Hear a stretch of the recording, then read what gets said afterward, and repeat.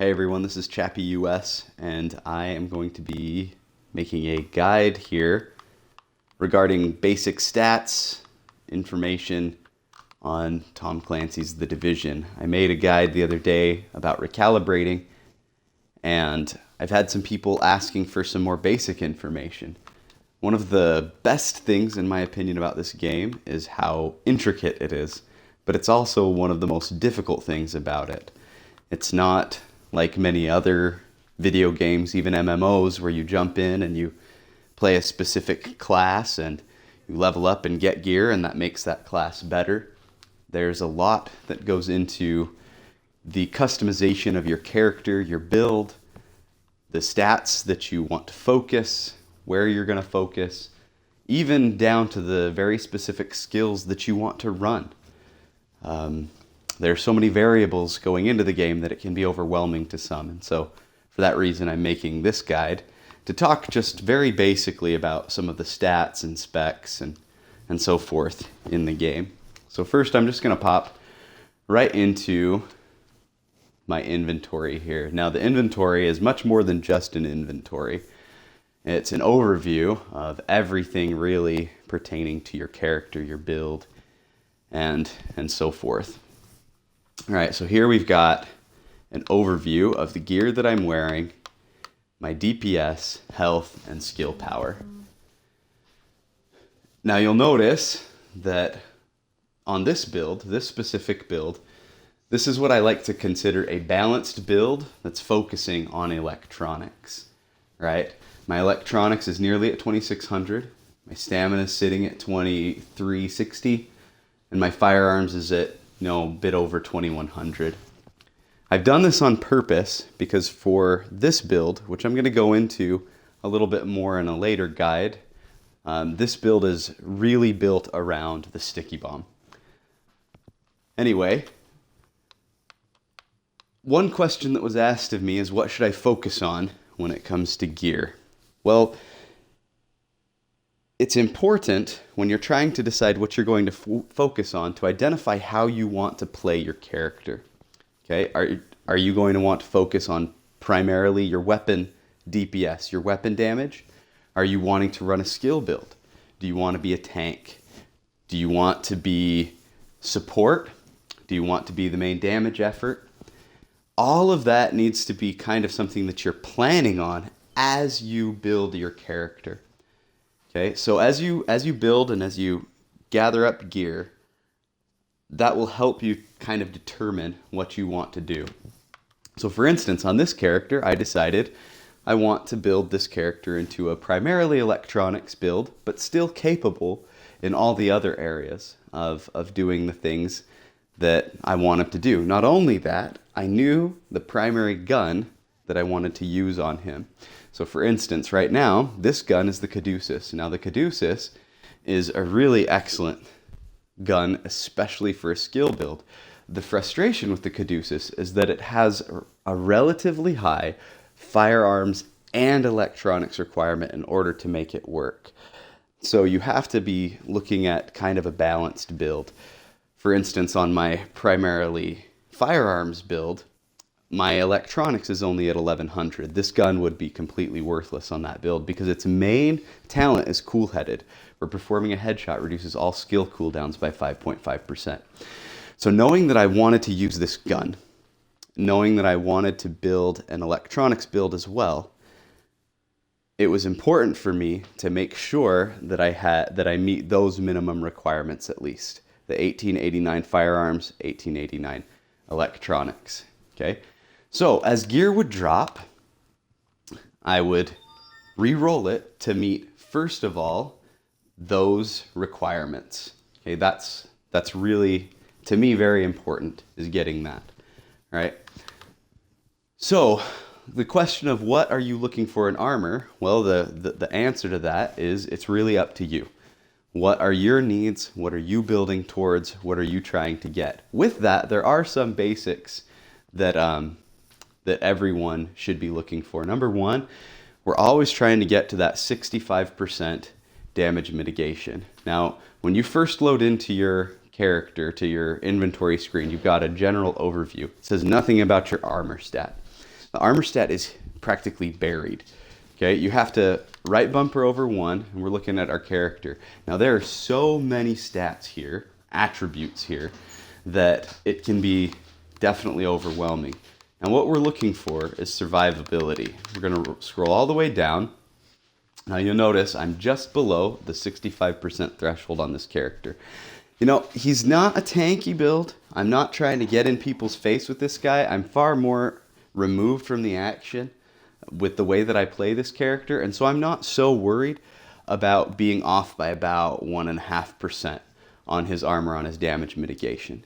Okay, but that's where he's sitting right now. I could potentially spec more into it, work my mods around a little bit more to get him more, you know, that extra 1.5%. Right now, I'm not really worrying about it. Okay, but that, you want to check this stat.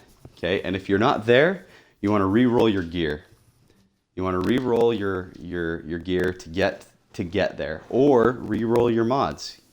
There are many different mods: firearms mods, stamina mods, electronic mods, so forth. Now you notice I'm using a firearms mod here that gives me an extra 118 armor.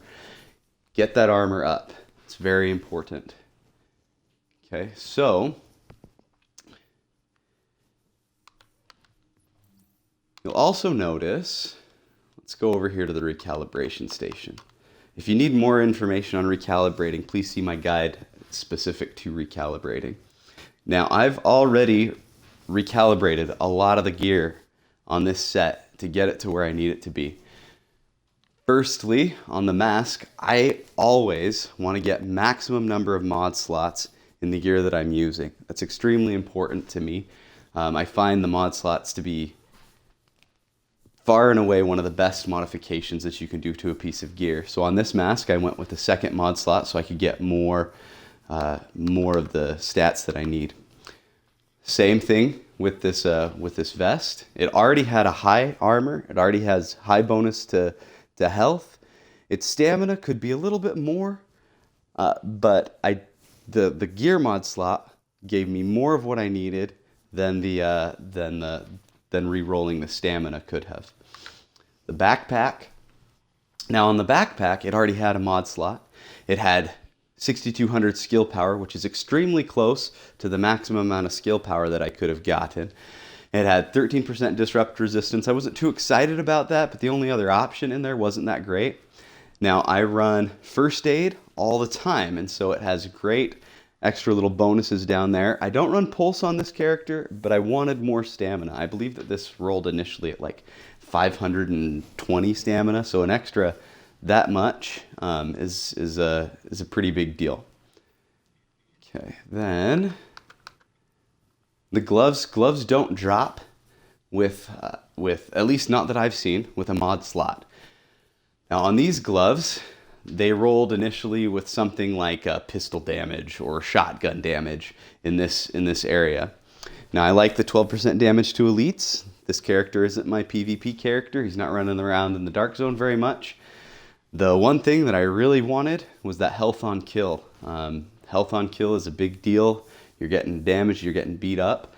I re-rolled for that. If you don't have any health on kill, it can be a little bit more difficult to stay alive. But everything else in this, I was really happy with, except for the ballistic shield damage. Never use it, but the health on kill was more important to me than re-rolling into something different. Okay, on this holster, I re-rolled the stamina. The stamina was low. The stamina was very low. So I decided to re-roll the stamina because I like having the skill haste. Now the skill haste could have gotten me an extra mod slot, but I really like that skill haste. This is a skill build again, and so that's what I was going for. I felt that having an additional 150 stamina, this was way lower, it was in the 400s, was more important than getting the mod slot in this case. Then finally, on the knee pads, getting to that damage mitigation, that 65% damage mitigation was really important to me, and so I went with additional armor. So the recalibration station gives you a great opportunity to get your character to the place that you need it. Initially, when you're gearing, okay, you really just want to get anything that's better than what you currently have. Even if you get a gear piece to drop, let's say you get a 182 gear score item and you're wearing a 163 gear score item or lower, like 150, say it's a purple. Now, initially you might be like, wow, the stamina on this though is lower than the stamina on the one that I'm wearing. I don't see why I'd ever wear this. Well, you can re-roll it, and the potential to re-roll is important to look at. Okay, so for instance, let me see if I've got a good example of that here. I might not have any good examples of that on this character.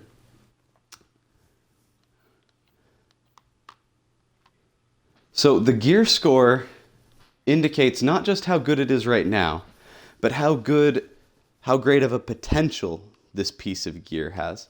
So when I go in here to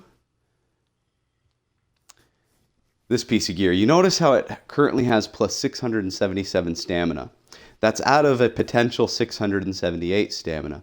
Now a 214 gear score item is only going to have up to like 618 potential stamina. Now that might mean that when this initially dropped, it might have had 560 base stamina. And I might have had a 214 backpack that had far more stamina than that on its initial drop. But the potentiality of this piece of gear is much greater than the lower gear score item. So it's important to bear that in mind. When you get a drop, it might at face value seem worse than what you have. It might not be able to work in your set right away. For instance, you might need armor, and you might not want to re-roll that piece of gear to new armor, and you have something that has much higher armor on in that slot. Keep it for now, just in case you get something else that re-rolls to higher armor, and then you can swap that out. Okay, so it's important to bear all of that in mind as you're going after your gear. Determine your goal, is what I'd like to say. Where do you want to go? What is your goal with this character? Do you want to be a supporting character? Do you want to be tanky, getting in other things' faces, not doing a ton of damage, but taking the damage for your team? Or do you want to be dishing out the damage? What do you want to do? And then determine how you're going to get there. It's important to know what type of weapons you're going to be using. Are you going to be using weapons that help you with your skill? Are you going to be using weapons that focus primarily on damage? These weapons that I'm using right now are completely different than the weapons that I use on my DPS character. The talents that they have are very focused on skills. You'll notice with this M1A, this is the one that's being sold this week, by the way, its focus is on skills. So the determined talent reduces skill cooldowns when you kill a target, and that's with any skill. Okay, that's important to notice. That's with any ability. If I kill with my Caduceus, it's going to reduce skill cooldowns by 9%. If I kill with my Sticky Bomb, it will reduce the cooldown of my Sticky Bomb by 9%. If you watch my video that I posted on YouTube showing me just mobbing up an entire group of elites in a challenge mode with Sticky Bombs, you'll notice that I have time to shoot a Sticky Bomb, throw a grenade, then shoot a Sticky Bomb, and it's just repeat. And it's largely because of this talent. All of these talents, except for Vicious, have something to do with your skills or signature skills and so forth. So it builds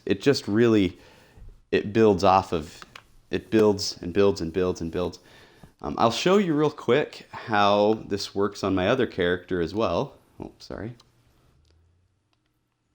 How I've gone for kind of a synergy in just straight DPS. So hopefully I don't get delta'd. For some reason, when I log out, that happens fairly often, is you'll get delta'd.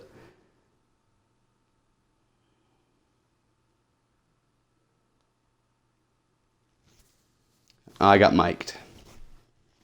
Okay.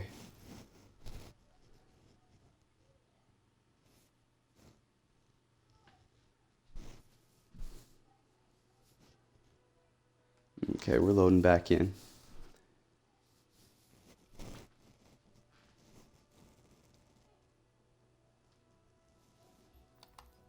Okay, here we go. This is just to kind of give you a perspective on a different build and how I knew what I was going for on this build as well, and how I built in that direction. Let's let it load. Now, if you like these guides, if you like the videos that I'm posting up on YouTube or on Twitch, please give me a follow, subscribe to my YouTube page if these are helping you in any way. If they're helping people that you know, if there's something that can help them, please, I just want to put in a plug. I want to help people. That's why I do this. I'm not making any money or anything like that. I just want to help people who are confused by this game that I think is really wonderful. I think that it's getting a bad rap for good reason because of a lot of the glitches that have been out there, but they're addressing those glitches. I also think that it gets a bad rap because people are confused by a lot of these very unique elements to the game. And so it's kind of my job my hope to address those problems at least, so people can enjoy it as much as I am. Okay, so now we've loaded in. I want to show you how this has kind of worked on this character. All right, so you'll notice let's see here. There we go. So my firearms, again, is at nearly 3,600. My stamina is at 2,700. My electronics is at 1,150. All right. I've come into this knowing I want to build a character that focuses primarily on firearm DPS. And my weapons directly reflect that.